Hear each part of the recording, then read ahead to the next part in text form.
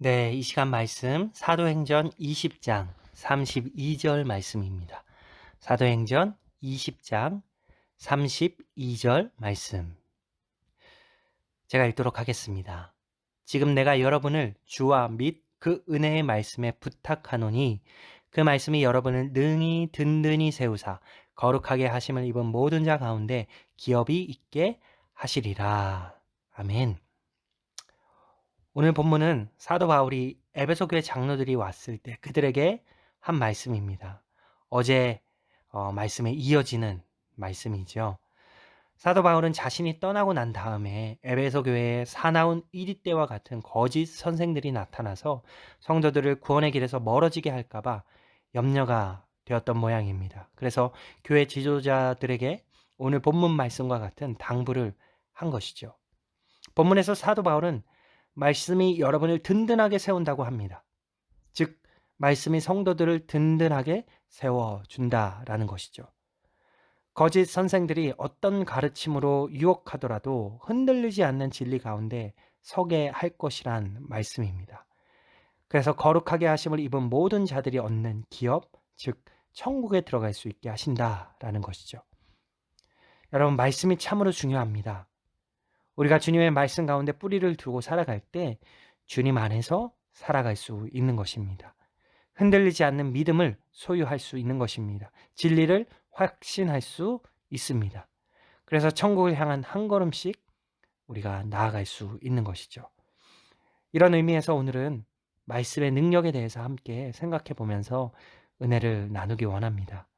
첫 번째로 말씀은 시험을 이길 힘을 줍니다. 우리가 이 세상을 살아갈 때 필연적으로 마귀의 유혹과 공격을 받습니다. 마귀는 우리 성도들이 하나님의 자녀로 살면서 구원받는 모습을 절대 그냥 보고만 있지 않습니다. 수단과 방법을 가르지 않고 우리를 무너뜨리려고 합니다. 우리를 하나님으로부터 떨어뜨려 놓으려고도 합니다. 한마디로 마귀의 시험이 쉼없이 이어진다라는 것이죠.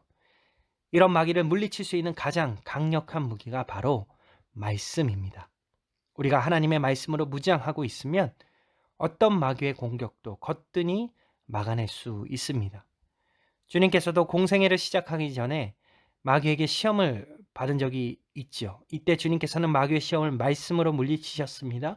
사도 바울도 마귀를 공격할 수 있는 우리의 무기로 성령의 검, 즉 하나님의 말씀을 꼽았습니다. 여기서 요한계시록 12장 11절의 말씀을 한번 제가 읽어보도록 하겠습니다. 또 우리 형제들이 어린 양의 피와 자기들이 증언하는 말씀으로써 그를 이겼으니, 성도들이 주님의 피와 말씀으로 마귀를 이겼다는 말씀입니다. 말씀에는 하나님의 능력이 나타나서 능히 마귀를 대적할 수 있는 힘이 있습니다. 이 세상을 주관하며 왕처럼 군림하는 마귀도 하나님의 말씀 앞에서는 꼼짝도 못하는 것이죠. 그야말로 고양이 앞에 쥐가 되어버리는 것입니다.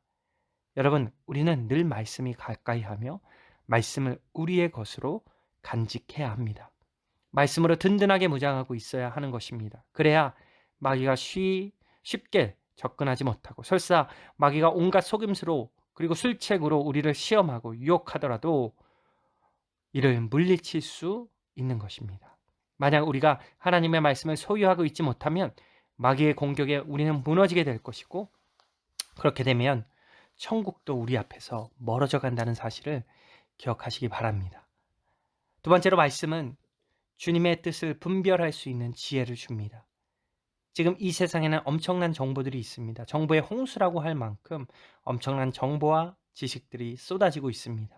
그런데 이들 정보가 모두 유용한 것은 아닙니다. 잘못되었거나 거짓된 것들도 많고 우리들에게 불필요한 정보도 꽤 많습니다. 더구나 이 중에 많은 정보나 지식이 하나님의 뜻에 어긋나거나 심지어 하나님을 대적하기도 합니다. 따라서 우리의 믿음의 성도들은 하나님의 목소리와 뜻을 분별할 수 있는 지혜가 필요합니다. 만약 우리가 하나님의 뜻대로 살지 못하면 어떻게 될까요? 그러면 하나님께서 마련해 두신 구원의 길에서 멀어지게 될 것입니다. 평생 마귀의 종노릇이나 하다가 마귀와 함께 영원한 형벌을 받을 수 있다라는 말입니다. 특히 세상의 마지막 날이 다가올수록 마귀는 더욱 발악을 하고 기승을 부립니다. 그래서 주님께서도 이렇게 말씀하셨습니다. 마태복음 24장 24절에 거짓 그리스도들과 거짓 선지자들이 일어나 큰 표적과 기사를 보여 할 수만 있으면 택하신 자들도 미혹하리라. 까딱 잘못하면 우리 성도들도 거짓 그리스도와 거짓 선지자에게 속아 넘어갈 수 있다는 것입니다. 따라서 정신을 바짝 차리고 주님과 이들의 말씀을 분별할 수 있어야 합니다. 하나님의 말씀을 가려낼 수 있는 지혜가 필요하다는 말입니다. 그런데 여러분, 하나님께서는 여러 가지 방법으로 우리에게 하나님의 뜻을 친히 알려주셨습니다. 하지만 가장 확실하고 직접적으로는 성경을 통해 알려주십니다. 성경 말씀이 단순한 문서로 존재하는 것 같지만 그야말로 살아 움직이는 말씀입니다. 같은 성경 말씀이라도 때에 따라 상황에 따라 다르게 감동을 주십니다. 하나님께서 하나님의 생생한 뜻에 따라 우리를 인도하시기 때문입니다. 따라서 성경을 가까이 하면서 열심히 보고 우리가 묵상할 때 하나님의 목소리를 들을 수 있고 그 뜻도 깨달을 수 있습니다. 사도 바울이 염려한 것처럼 거짓 선생이 나타나 엉터리 진리로 우리를 유혹하더라도 그것을 분별할 수 있는 것입니다. 거짓 그리스도와 거짓 선지자를 구별할 수 있는 힘도 생깁니다. 그러니 여러분, 늘 말씀을 읽고 묵상하시기 바랍니다. 하나님께서 오늘 내게 주시는 말씀을 들으려고 귀를 기울이시기 바랍니다. 이런 모습으로 살려는 노력이 계속 되풀이되는 그 과정을 통해서 우리의 지혜가 자라게 되는 것입니다. 분별력도 몰라보게 자라는 것입니다. 여러분, 늘 말씀을 가까이 하시기 바랍니다. 자나깨나 말씀을 묵상하며 그 말씀대로 살기 위해서 몸부림치는 우리가 되었으면 좋겠습니다.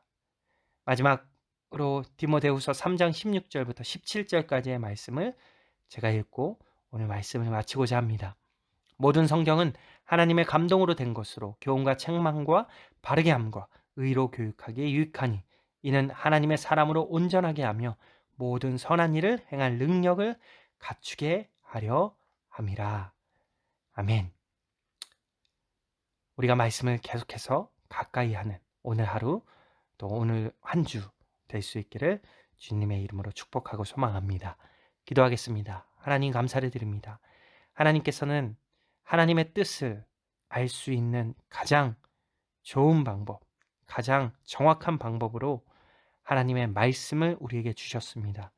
그 말씀, 그 성경을 우리가 가까이 할 수 있도록 도와주시고 그 말씀이 시험을 이길 힘을 주시고 또 주님의 뜻을 분별할 수 있는 지혜를 준다는 것을 우리가 믿고 있사오니 하나님의 말씀을 따라 사는 삶이 되어지기를 간절히 소망합니다. 감사를 드립니다. 예수님의 이름으로 기도했습니다. 아멘. 이 시간 여러분 각자 기도하는 시간 갖도록 하겠습니다.